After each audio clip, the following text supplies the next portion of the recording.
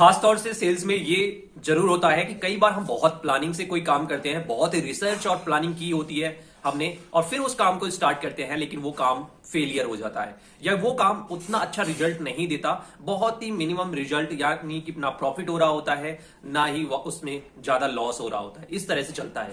लेकिन कई बार सेल्स में ऐसा भी होता है कि हम बिना प्लानिंग के कोई काम करते हैं और जो हमारी स्किल्स हैं, जो हमारी छुपी हुई ताकतें हैं, और भगवान के आशीर्वाद से वो काम हमारा पूरा हो जाता है, वो काम काफी सक्सेसफुल होता है। आज मैं आपको एक लाइव एग्जांपल से बताऊंगा कि आप इस तरह के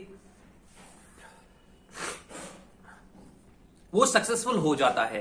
ऐसा हुआ कि कोरोना से पहले, जब कोरोना की कोई बात ही नहीं थी, हमें कोरोना का नाम भी नहीं पता था, उससे 3 से 4 महीने पहले मेरे एक फ्रेंड हैं जो कि सेल्स में मेरी टीम में ही थे, और टीम में अब मतलब वो काम नहीं करना चाहते थे सेल्स में, तो उन्होंने काफी रिसर्च करी और मुझसे भी राय ली कि मैं एक किराना स्टोर खोलना चाहता हूं, तो कैसे खोलूं। तो हम तो इसी फील्ड में हैं, उन्होंने भी काफी सारे स्टोर ऐसे ही देखे हैं, ऑर्डर लिए हैं। तो मैंने कहा आपको तो बहुत अच्छी नॉलेज है, आप अपने हिसाब से खोल लीजिए। उन्होंने कहा नहीं, फिर भी बताइए कि किस लोकेशन पे खोली जाए। काफी तो हमने क्या करा कि हमने अपना दिमाग दौड़ाया, हमने काफी रिसर्च करी दोनों ने मिलके, और मैंने उन्हें एक ऐसी कॉलोनी बताई जो अभी अनडेवलप्ड कॉलोनी थी, यानी कि अभी वहां पर 4 या 5 केवल मकान बने हुए थे, काफी अच्छे मकान बने हुए थे।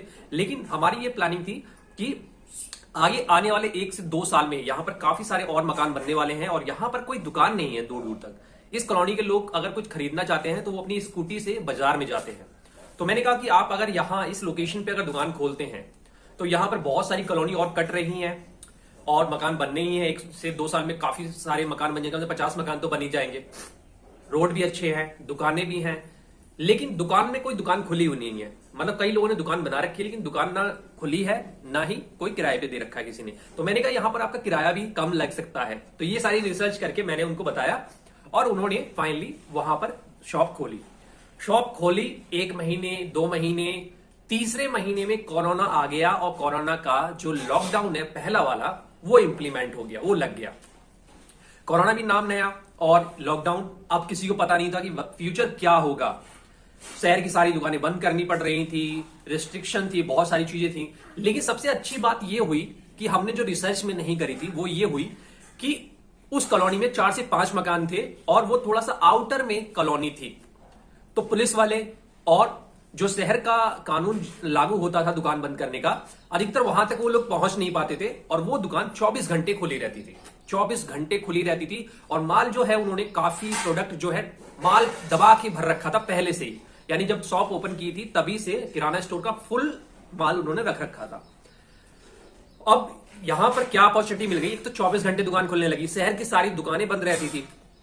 अब क्या था कि शहर के दूसरे दूसरे कोने से लोग स्कूटी से, बाइक से, कार से इनके यहां सामान लेने आते थे, और यहां तक कि पुलिस वाले भी अपना सामान लेने यहां पर आने लगे, और सैनिटाइजेशन की, स्वच्छता की पूरा ध्यान रखा गया कि कोई आ भी जाए तो शॉप बंद ना हो।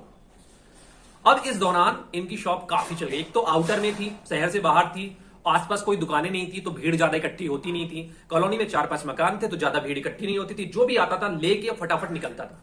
उस दौरान इन्होंने होम डिलीवरी भी काफी की। होम डिलीवरी के बहुत ऑर्डर आते थे, और दिन रात ये सप्लाई करने लगे। इनकी माँ भी बैठती थी, इनके एक भाई भी थे, तो ये सारी चीजें। अब अपॉर्चुनिटी ये रही कि लॉकडाउन लगा पहला, फिर कंटिन्यू ऐसे डर बना रहा दूसरा। तो वहां पर क्या अपॉर्चुनिटी हुई कि शहर की जो सारा ट्रैफिक था वो यहीं पे आता था। तो करीब 1-1.5 साल ऐसे चल गया, और इनकी दुकान एकदम जम गई, पैसा भी अच्छा कमा लिया और जम भी गई।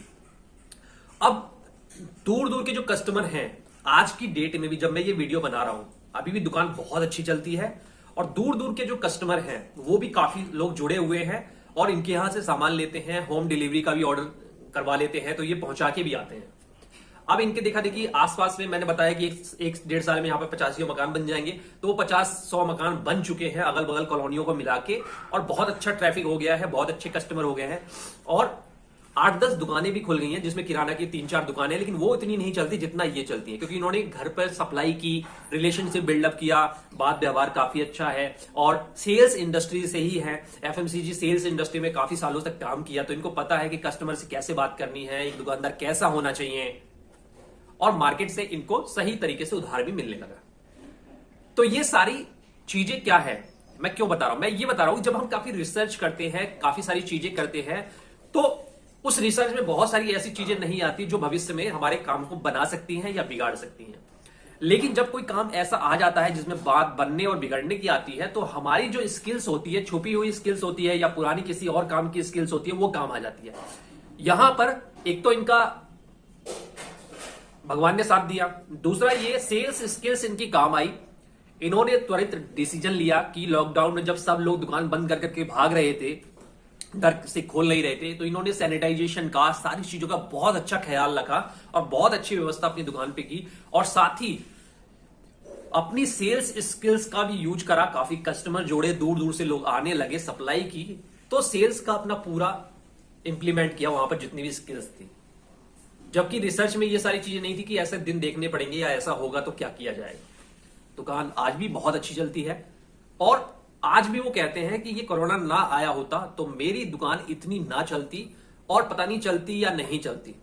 इसकी वजह से 1-1.5 साल बहुत अच्छी चल गई, हमने पैसों का बैकअप भी बना लिया, कस्टमर भी जोड़ लिए, और हमारा मार्केटिंग भी हो गई फ्री में। इसीलिए सेल्स में जब भी आप कोई काम स्टार्ट करते हैं, टारगेट पूरा करने के लिए, सेल्स करने के लिए, इंटरव्यू देने के लिए, किसी भी चीज के लिए, तो हमेशा जो आप सोचते हैं वही नहीं होता, कुछ अच्छी चीजें भी हो जाती हैं। लेकिन अगर पहले से आपने तैयारी नहीं कर रखी है उन चीजों की, उन स्किल्स की, अब कहीं पर आप सेल्स एग्जीक्यूटिव हैं और कहीं पर कोई एएसएम आपको मिल गया, उसने कहा यार इस लड़के को मैं सेल्स ऑफिसर ले लूंगा, उसने इंटरव्यू के लिए बुलाया और उसने पूछा कि एक्सेल सीट बनानी आती है आपको, एक्सेल में रिपोर्टिंग करनी आती है, आप वहीं पे कहने लगे नहीं सर मुझे आता नहीं है, ये है वो है, तो बताओ क्या फर्क पड़ेगा? वो आदमी क्यों लेगा उसे सेल्स ऑफिसर पर, अगर वहां पर एक्सेल की ज्यादा जरूरत है तो? इसीलिए, और ये ऐसी चीज है कि सेल्स में ऐसा नहीं है कि आपको पता नहीं था। सेल्स जॉब में हो तो एक्सेल फाइल बनानी आनी चाहिए, पावर पॉइंट बनाना आना चाहिए, रिपोर्टिंग करनी आनी चाहिए, मेल करना आना चाहिए। ये आपको पहले से ही सीखना है जब भी आप किसी इंडस्ट्री में जा रहे हो। ये चीजें कभी भी काम आ सकती हैं।